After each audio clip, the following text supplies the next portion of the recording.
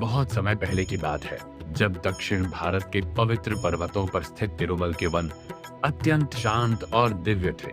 उन वनों में ऋषि मुनि तपस्या करते थे और देवताओं का वास माना जाता था। उसी भूमि पर भगवान विष्णु ने एक विशेष रूप में अवतार लिया, जिसे हम आज भगवान बालाजी या श्री वेंकटेश्वर के नाम से जानते हैं।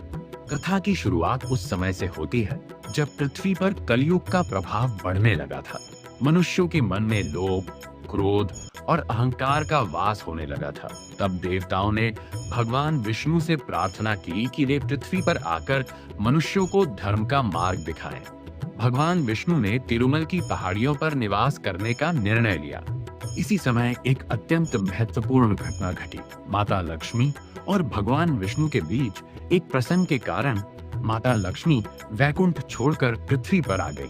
भगवान विष्णु भी उन्हें खोजते हुए पृथ्वी पर आए और तिरुमल की पहाड़ियों पर तप करने लगे। वहां उन्होंने एक साधारण मनुष्य के रूप में जीवन बिताना शुरू किया। समय बीतता गया और भगवान ने वहां पद्मावती नामक राजकुमारी से विवाह किया। यह विवाह अत्यंत भव्य था, लेकिन इसके लिए अपार धन की आवश्यकता थी। कथा के अनुसार भगवान ने इस विवाह के लिए कुबेर से धन उधार लिया। कुबेर देवताओं के धनाध्यक्ष माने जाते हैं। भगवान ने उनसे वचन दिया कि वे कलयुग के अंत तक इस ऋण को चुकाएंगे। यही वह मूल कारण है जो आज भी भक्तों के मन में गहराई से बैठा हुआ है। माना जाता है कि जो भी भक्त भगवान बालाजी के चरणों में धन अर्पित करता है, वह उस दिव्य ऋण को चुकाने में भगवान की सहायता करता है। यह केवल धन देने का कार्य नहीं है, बल्कि यह एक आध्यात्मिक भागीदारी है, जिसमें भक्त अपने अहंकार, अपने लोभ और अपने कर्मों का एक हिस्सा भगवान को समर्पित करता है। पुराणों में दान की महिमा को अत्यंत ऊंचा स्थान दिया गया है। विशेषकर ये कहा गया है कि जब दान निष्काम भाव से किया जाता है, तब वह व्यक्ति के कर्मों को शुद्ध करता है। यही कारण है कि तिरुमल के मंदिर में स्थित हुंडी में लोग बिना किसी संकोच के अपनी सामर्थ्य के अनुसार धन डालते हैं। वहाँ कोई यह नहीं पूछता कि कौन कितना दे रहा है, क्योंकि वहाँ भाव ही प्रधान है। अब बात आती है कि अनेक व्यापारी और व्यवसायी भगवान बालाजी को अपने व्यापार में साझेदार क्यों बनाते हैं।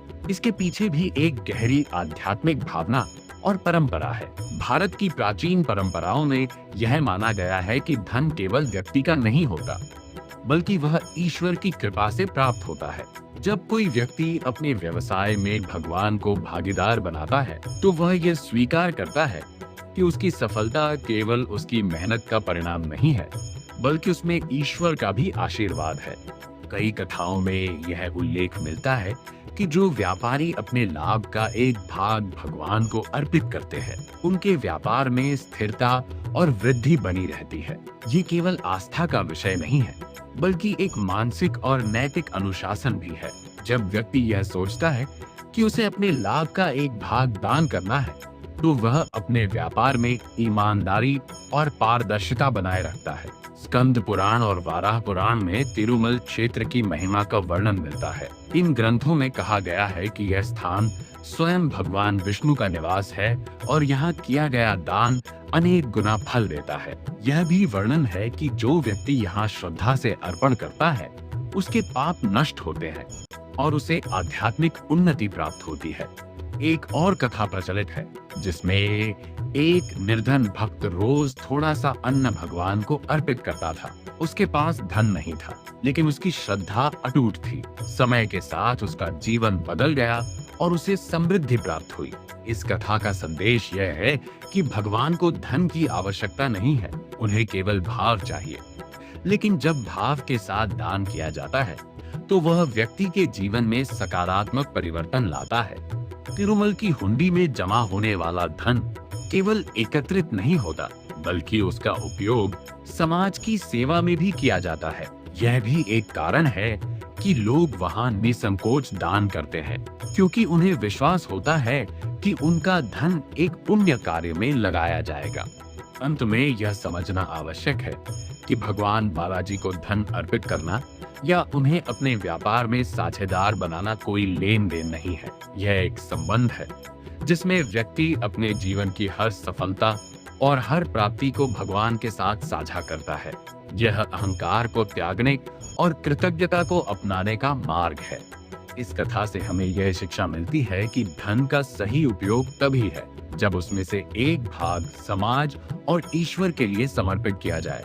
जब हम अपने जीवन में यह संतुलन बनाते हैं तो न केवल हमें भौतिक सुख मिलता है बल्कि आंतरिक शांति भी प्राप्त होती है। इसलिए जब अगली बार आप किसी मंदिर की हुंडी में कुछ अर्पित करें या अपने जीवन की कमाई का एक भाग दान करें तो यह याद रखें कि आप केवल धन नहीं दे रहे हैं बल्कि आप अपने भीतर के अहंकार को त्याग कर एक उच्चतर चेतना की ओर बढ़ रहे हैं। अगर आपको ऐसे प्रामाणिक और ज्ञानवर्धक वीडियो पसंद है तो चैनल धर्मा टुडे को लाइक, शेयर और सब्सक्राइब जरूर करें।